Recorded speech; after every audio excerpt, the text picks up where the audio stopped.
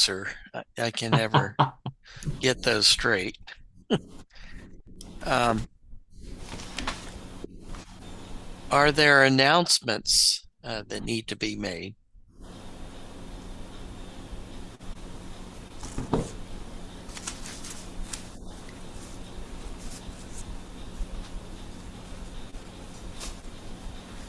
Okay, how about joys and concerns to share? Well, I have a concern. There's in West Newton. There's a new little shop that has opened, and they have lots of goody good kind of food and so on. And they have nice fresh eggs, which I go and I purchase eggs there. And I've gotten acquainted with the sisters who are the owners and managers of the little shop. And one of the sisters that I talked to the other day has had a serious accident. She and her granddaughter were hiking, and she fell, was taking a picture, and fell off of an edge and fell 8 feet down and landed on a slab. And I saw a picture of her face, and her eye was totally black. And she has a lot of broken bones, like a collarbone, an arm. Her feet had some broken bones in it. She has a broken leg. Please keep Charlotte in your prayers. Wow.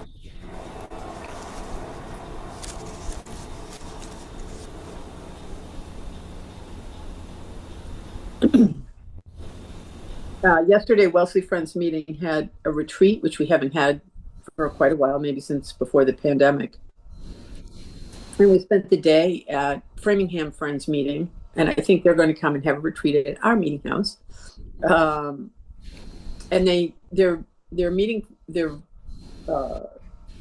room where they have meeting for worship is they're on the side of a little hill, and you have to climb up stairs to get up there, and it's got trees all around it, and you feel like you're in a treehouse because you're up in the middle of the leaves. And it was very affirming to have a very concrete way to express community and be in each other's presence. We don't have a lot of people who come by Zoom, but we have some. And we had a member who came from British Columbia, who was a dear member of our community for many years and moved to British Columbia quite a while ago.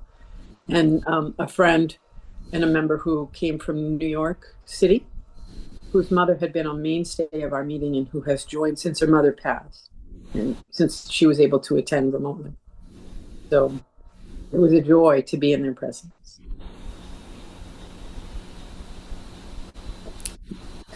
And a little update with Charlotte, or an added on piece with her. Her husband has terminal cancer, and she was taking care of him. So now the whole family has pitched in to help both of them. So the whole family needs encouragement as well as Charlotte.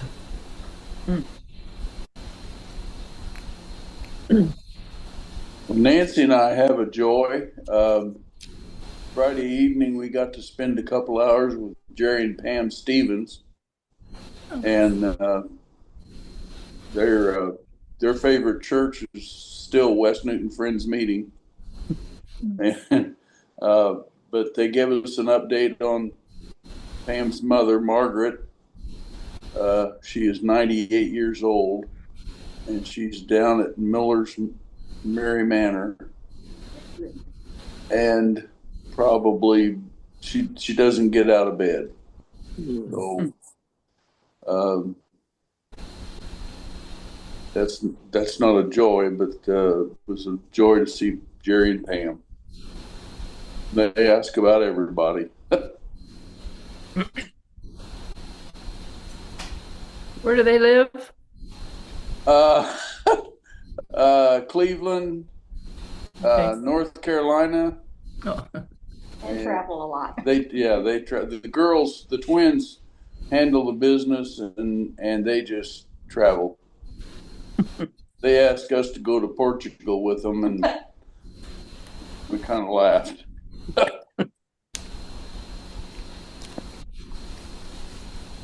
Well, I have a concern. I have a recurrence of leukemia, but it's seems to be. I feel okay, but my blood says I'm not. So I hope it's short and sweet. And I'm joining you because I'm in the hospital, so I'm not at Tangier. where in the hospital? Where are you? Indianapolis at Franciscan Health, which is supposed to be one of the best leukemia places around. Steve can attest to that. And, Yes, that's where Steve goes to, and he's had wonderful care. yeah. But I feel fine, sometimes tired, but I'm very blessed, but would just as soon not have this recurrence. Are you isolated? Mildly so. It says it on the door.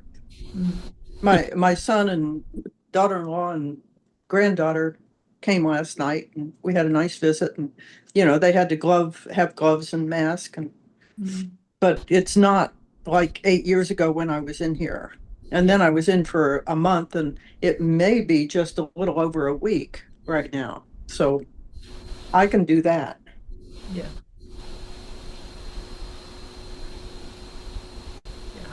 Well, Laura is still not in very good shape, but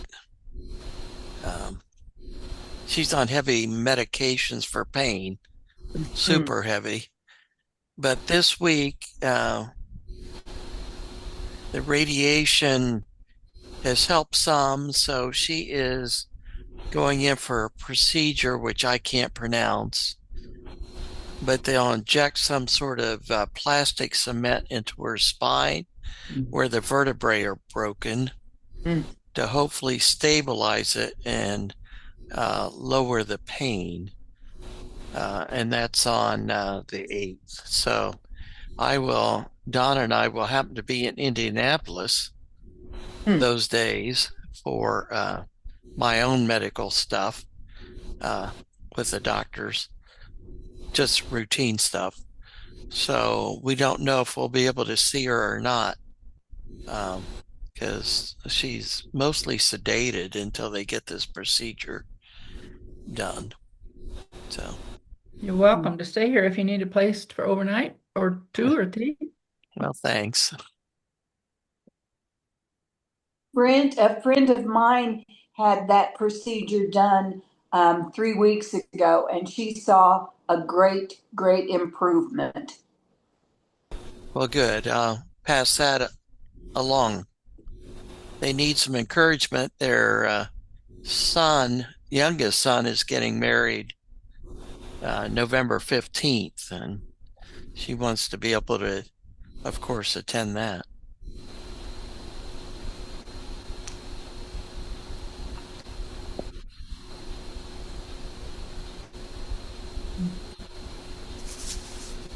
Well, much on our hearts and minds today. Morning, Catherine. Hi, Catherine. So we'll lift these to lift these to God in prayer and continue to hold these friends in light and love, in the healing light of Christ as we worship and go through this week. Norma's the worship leader today, so she will lead as she feels led.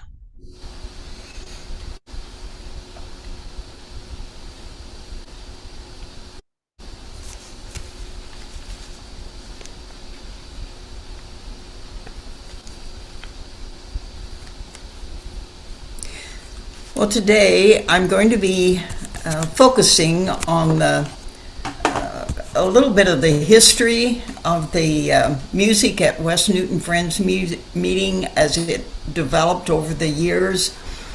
And I want to start with thinking about the Psalms in the Bible because they are musical. They were, David spent time thinking about the Psalms, and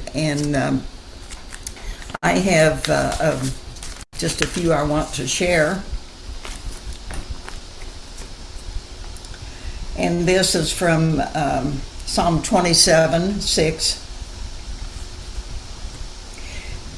Then my head will be exalted above the enemies who surround me. At his tabernacle will I sacrifice with shouts of joy. I will sing and make music to the Lord. And from Psalm 95, come, let us sing for joy to the Lord. Let us shout aloud to the rock of our salvation.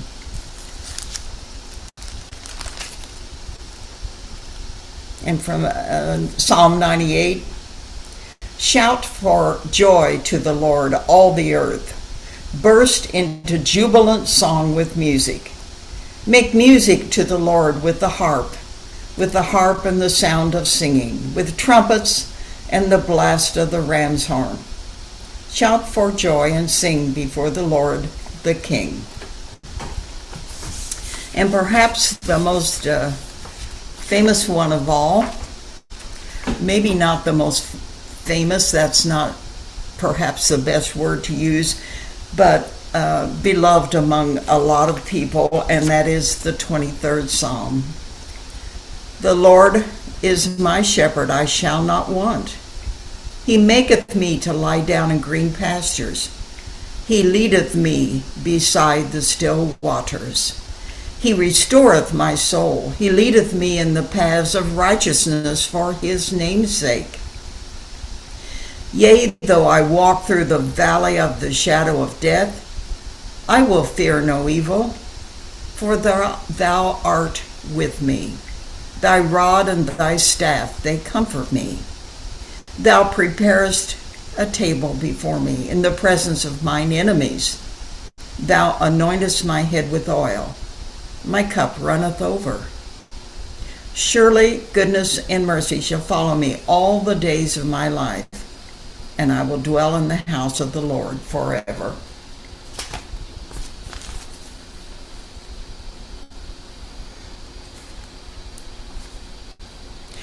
Now for our thoughts about music and the West Newton meeting for worship. My earliest recollection of music at West Newton, number one, sitting in the first pew as a little child, next to the old organ while watching Leland Mills' fingers move across the keys and his feet press the pedals. Leland was Sylvia Bean and David Mills' grandfather. And number two, listening to the West Newton Choir share music for worship on Sunday morning. I could hardly wait until I was old enough to sing with them. The vocal and instrumental music was led and promoted by Mary Elizabeth Cook Fields. We all knew her as Betty Fields.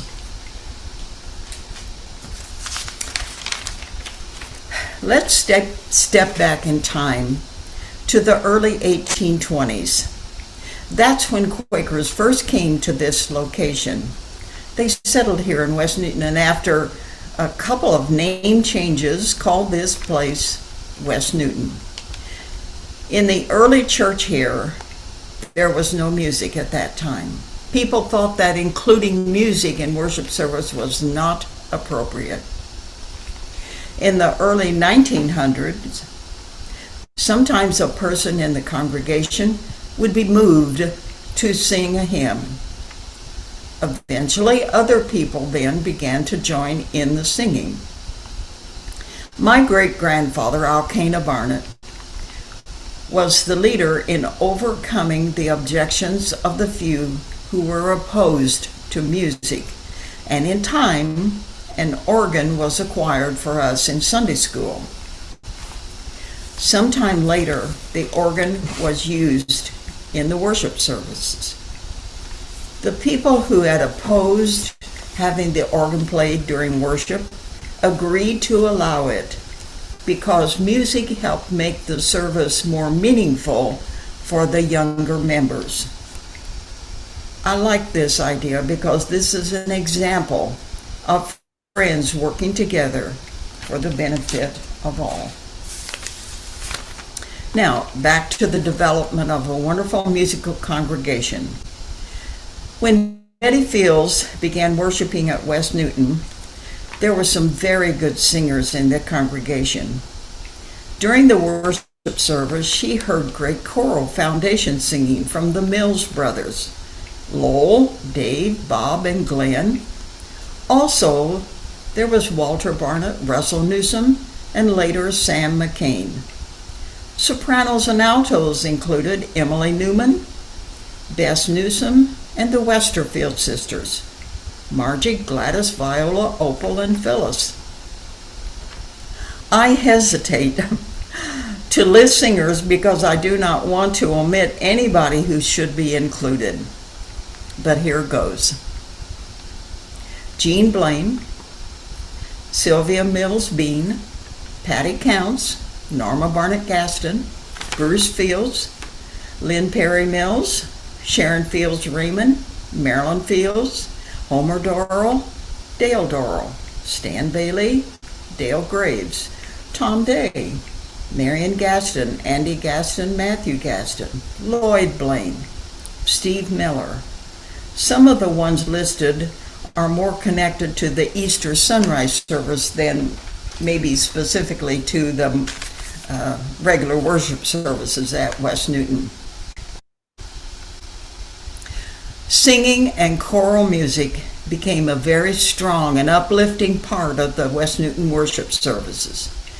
In the 1940s, our West Newton singers joined with singers from other local churches of many denominations to prepare music for the Easter service.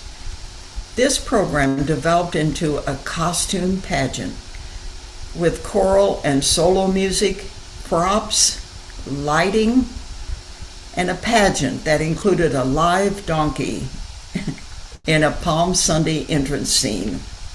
This production was directed by Betty Fields and was held in the high school gym at 6:30 a.m. on Easter Sunday morning. Each year, there were at least 1,000 community people who came to celebrate our risen Lord. This program lasted for 50 years. Another time I can share more about it. Dave Mills, a member of our West Newton Friends meeting Zoom, he Zooms with us from Florida each Sunday. His dad, Dave Mills, also Sylvia Bean's father, and I made a recording in 1962. And here's a picture of the now CD, Favorite Songs by Dave and Norma. Our Dave has requested to hear his dad sing, I Walk Today Where Jesus Walked. I will now close my message with that song. And give me just a minute while I make sure we have it ready.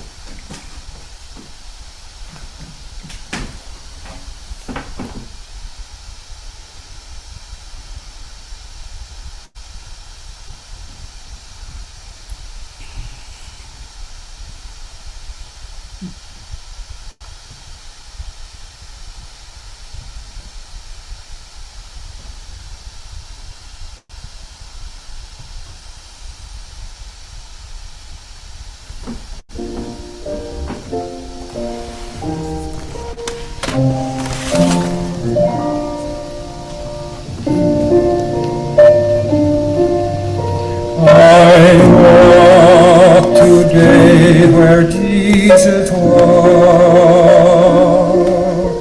in days of long ago. I wandered down each path he knew, with reverent step and slow. Those little lanes, they have not changed. A sweet peace fills the air. I walk today where Jesus walked, and felt his presence there.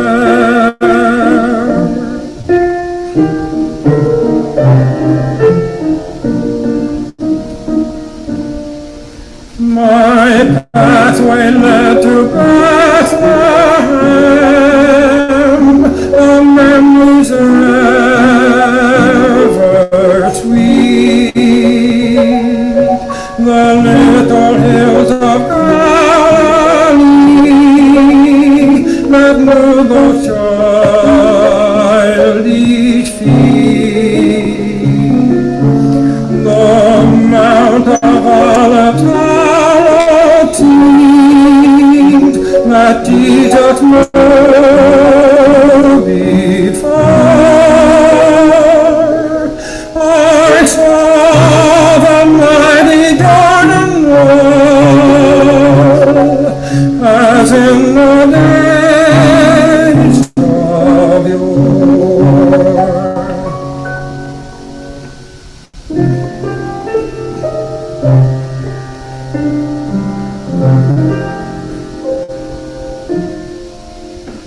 I knelt today where Jesus knelt, where all alone he prayed. The Garden of Gethsemane,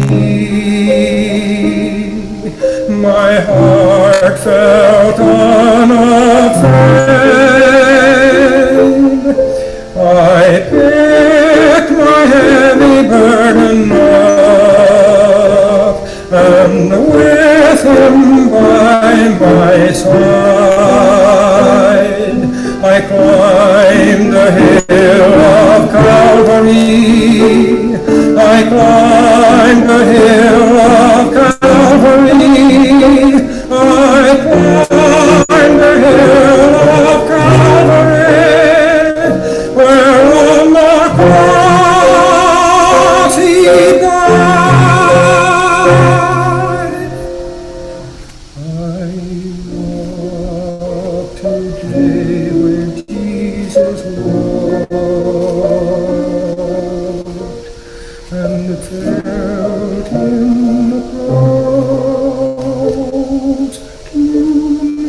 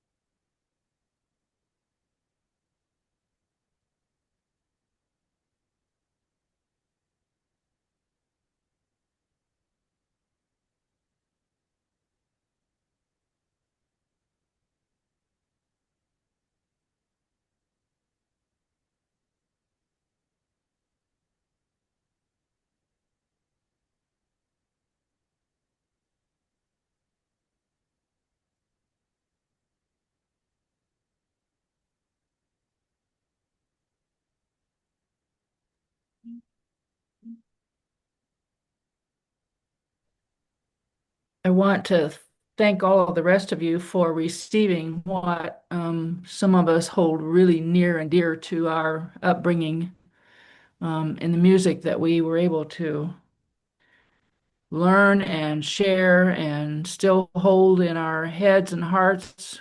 The best scripture I can recall is because I learned it in a song. And would turn around that and ask the rest of you to be able to at some point share what is there about your upbringing in your family or your place of worship that you cherish yet today. Maybe we'll put that on our list of questions. Thank you, Norma.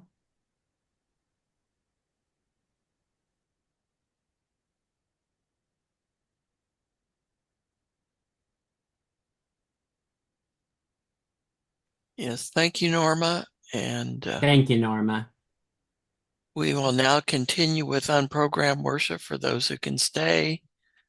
And for those who can't, we will bid Godspeed and blessings on your week.